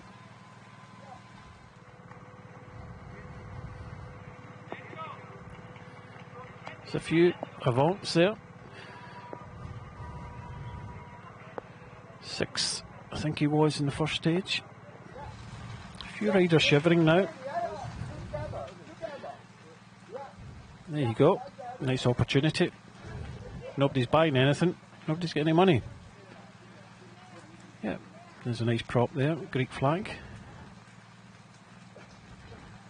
That'll go up in the wall. Grants gets to be told. Creating memories. Keeping the riders safe and warm. And I think a few of the riders inside will be tempted.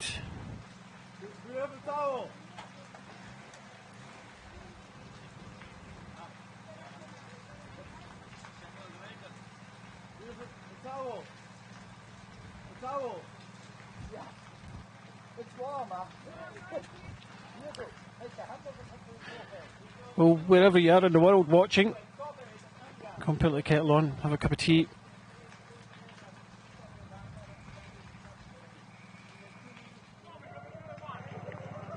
Just trying to listen to what's happening. You're seeing what I'm seeing and hearing. I'm not getting any other information. So use the motorbike to warm your hands.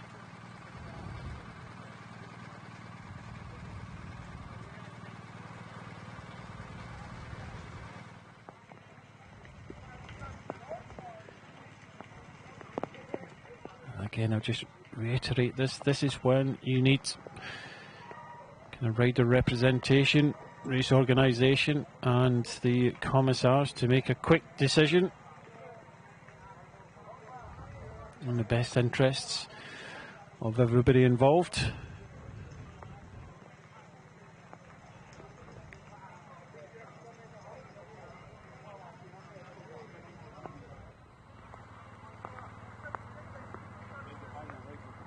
A tough team mechanic there from Unibet. Titama Rockets come to Greece with shorts and a t-shirt. So did I, but I've not got them on. Let's take another look out. It's still dry at the finishing line. It's still dry, yep. It's not raining. So there's no rain outside. Yeah. The race has been neutralised for the moment anyway, so we'll just wait and see what happens, but definitely at the finish, I've just looked out.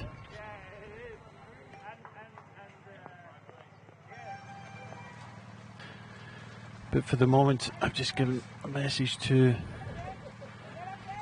one of the staff members. He will tell me if it rains here, which it isn't at the moment. So we can see that the commissaire is there, talking to one of the experienced riders, Luca Mieskits. So I just hope this decision is made.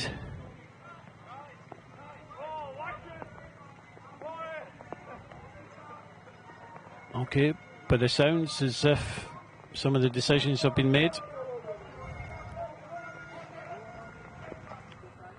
So they're calling the riders forwards. So it looks as if we're going to be underway soon. So Dylan Groenewegen, after chatting with Luca Mieskits, they're coming out the cafe now. Get behind the car. You see Dylan Groenewegen, he's waving. I think that's the best. Stopping too long does have its consequences, of course. So the riders that were cold, they've had an opportunity to go back to the car.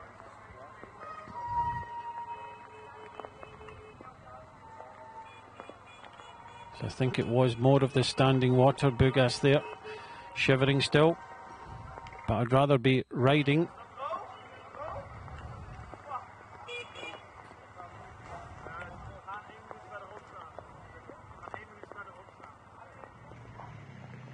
Okay, so they have rolled off now.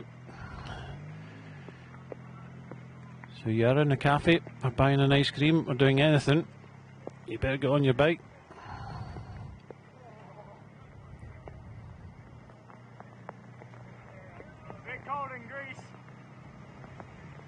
Okay, try and sell grease, why don't you?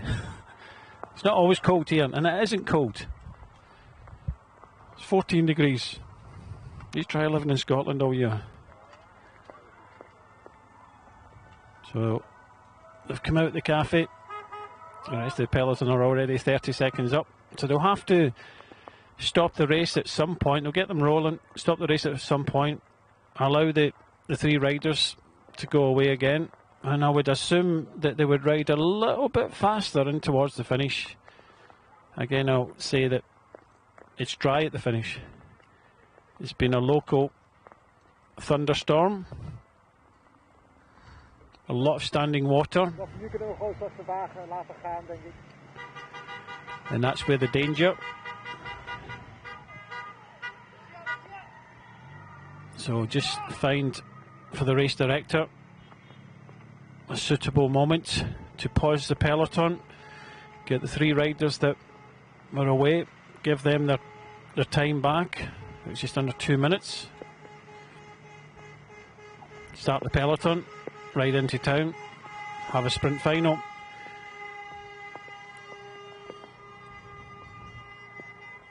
You don't want to be left behind.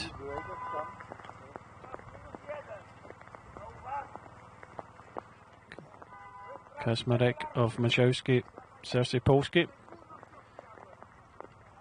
He must have gone to the toilet. Then you get one rider here that decided to take his speed suit off, put a top on. There he is. So must have been last in the queue. He's probably about a minute down now. This of course happens from time to time in races. We do have weather protocols, but I really do think that this should have been the decision made first. Just roll along, rather roll along than stop.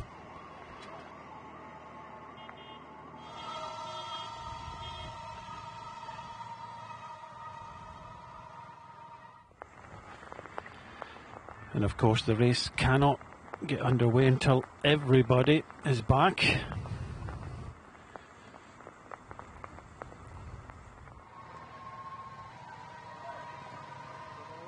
So we'll stop here for the moment, gather everybody. An opportunity to wash your bike. I think for most of these riders, the sooner the better they get going.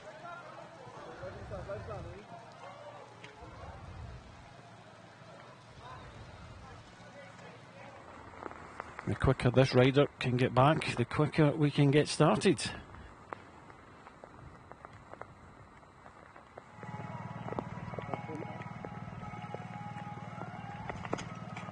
Of course, there's Harold Lopez. I think Ecuador receives its own fair share of bad weather up at altitude and beyond. It's an opportunity for all these riders just to clean their bikes.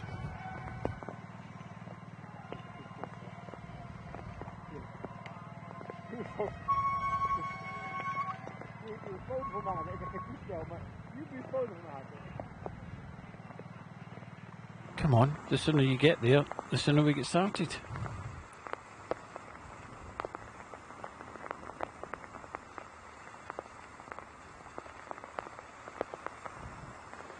You see some of the cars just kicking up some of this standing water. Oh, it needs a fan to pass and give you another shower when you're already wet.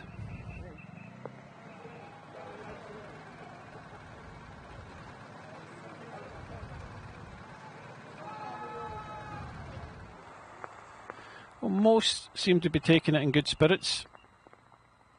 It's very difficult when these things aren't prepared. I would think that it could have gone a little bit quicker.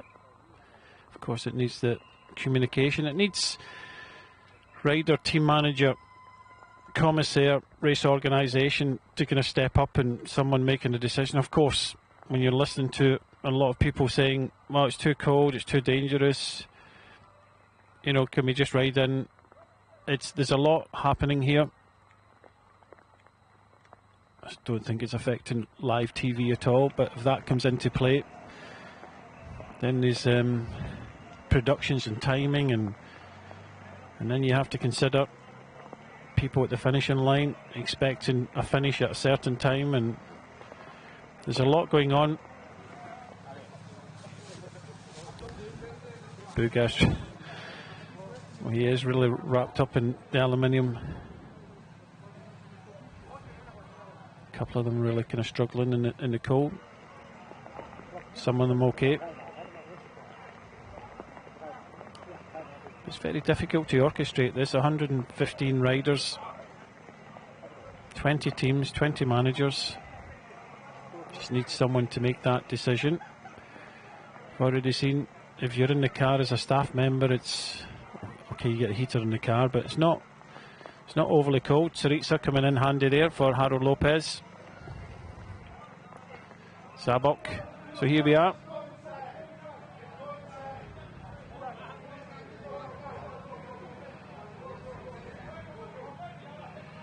We have a meeting. Hopefully this is quick.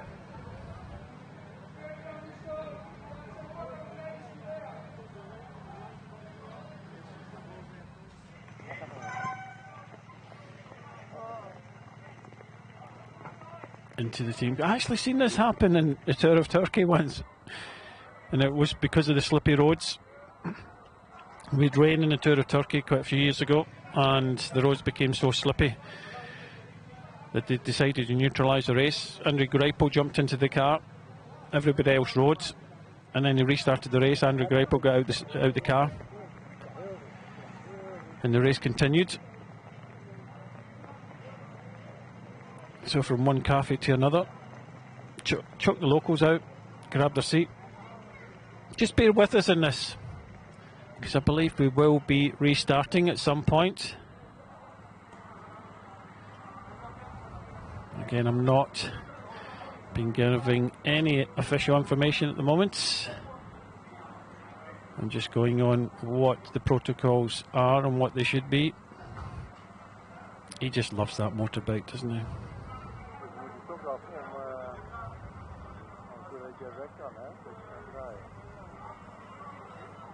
Bet he wishes he was on it.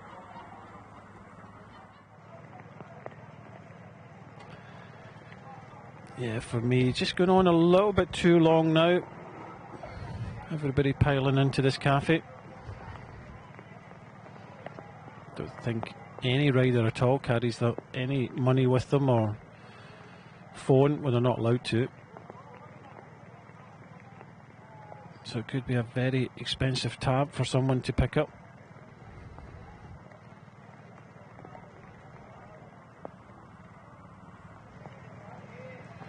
The man in the blue top there is our drone operator. So all the drone shots you've seen throughout the Tour of Hellas, he's the man operating it.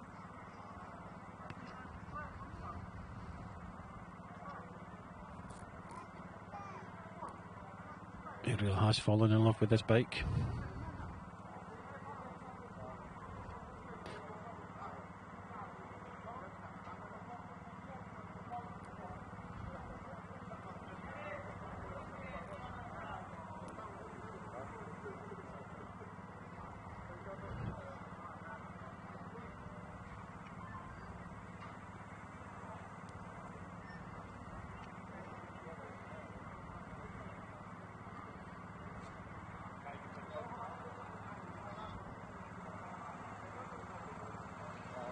Okay, while this is happening, I believe we're just going to show out yesterday's highlights, so it'll give me a bit of time to try and find out some more information.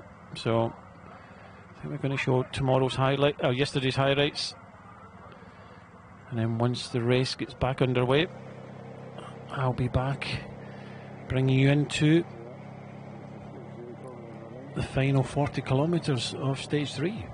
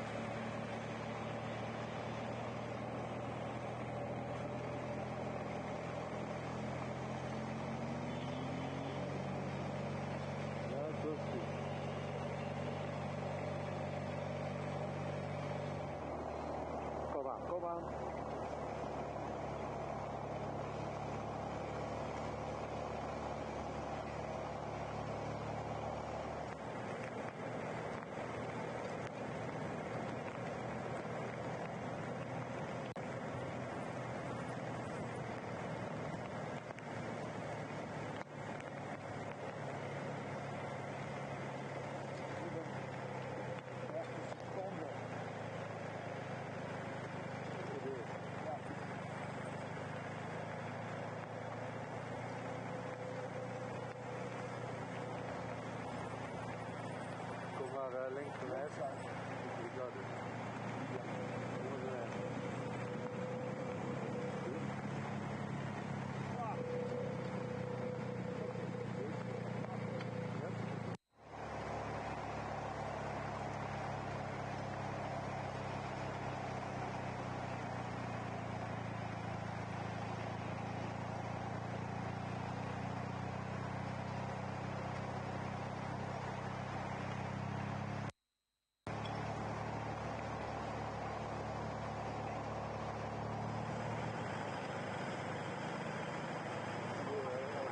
Dat ik dat alle beentjes denk van mij.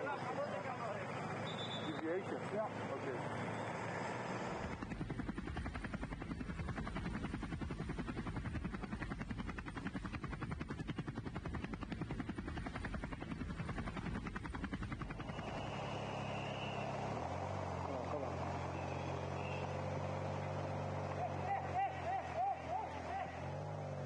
Dat is de afleiding.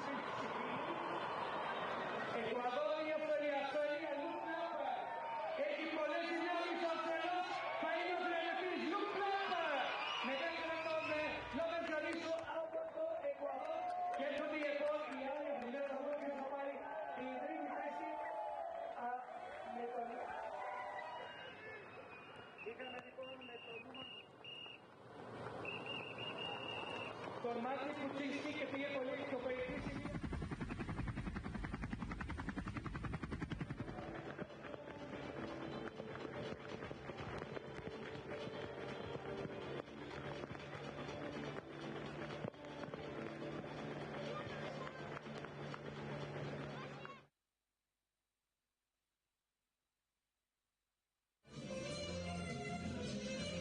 Lucas, congratulations, big day, I'm sure, tough race, eh?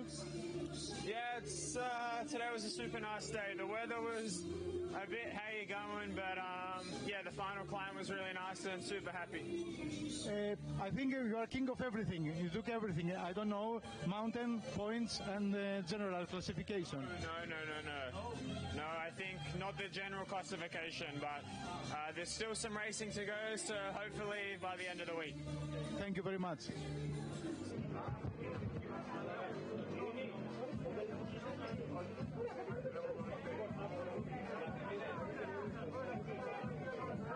Θα το βάλω στην πλάτη μετά, όταν να πάμε απέναντι.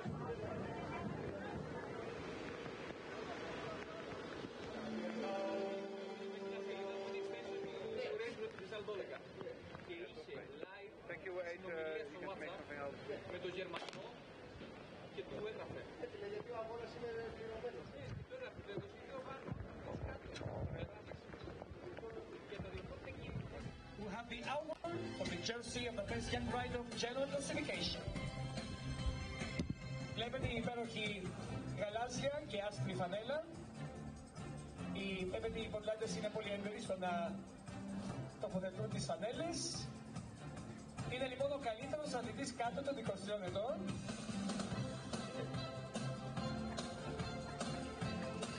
Πόντα Ζαμπελίσκη λοιπόν, μπράβο.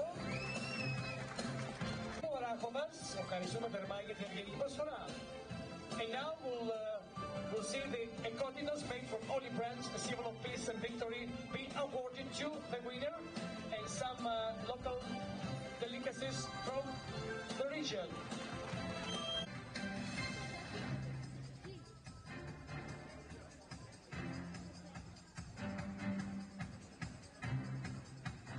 Το Εκουαδόρ, ο Ισραηλινός που έχει μεγάλη παράδοση, φίλες και φίλοι, στην ποδηλασία. Δίνουμε λοιπόν ένα δυνατό χειροκρότημα στον Χάρολ Μάρτιν Λόπες Γκρανίσο. Και τώρα ο κύριος Ρούσος θα απονείμει τον Κότινο για το τρίτο ετάπ και είναι ο πρώτος στη γενική κατάταξη. Κυρίες και κύριοι, δυνατό χειροκρότημα. Χάρολ Μάρτιν Λόπες Γκρανίσο.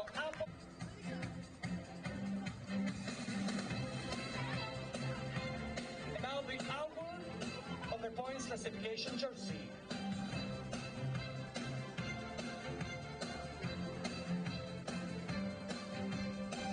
Μετά από την βροχή που έφαγε, όπως και όλοι οι αθλητές, νομίζω θα είναι ανακουφισμένος που φοράει αυτή τη στιγμή άλλη μια φανέλα.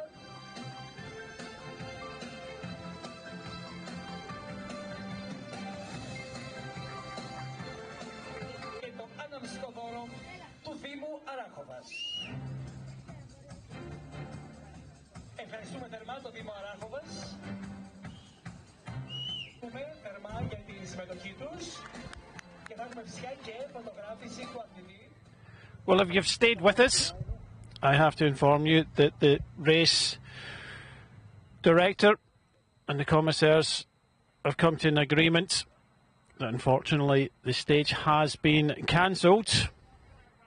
So there'll be no further action today, unfortunately, due to the standing water and the conditions. So thanks for joining us for most of today's stage, but for the rider's safety, yeah, you can just hear that. They can go to the hotel. But see you tomorrow is the phrase from the staff member there, and it will be tomorrow, stage 4, from near Arctica to the Olympic Village, over 185.95 kilometres. The Queen stage with the most climbing. But unfortunately, stage 3 is cancelled due to the bad weather conditions here in the Tour of Hellas. But please do join us tomorrow, and thanks for viewing today. And we'll all see you tomorrow for tomorrow's stage, and hopefully we'll have some sun here at the Tour of Hellas. Thank you and goodbye.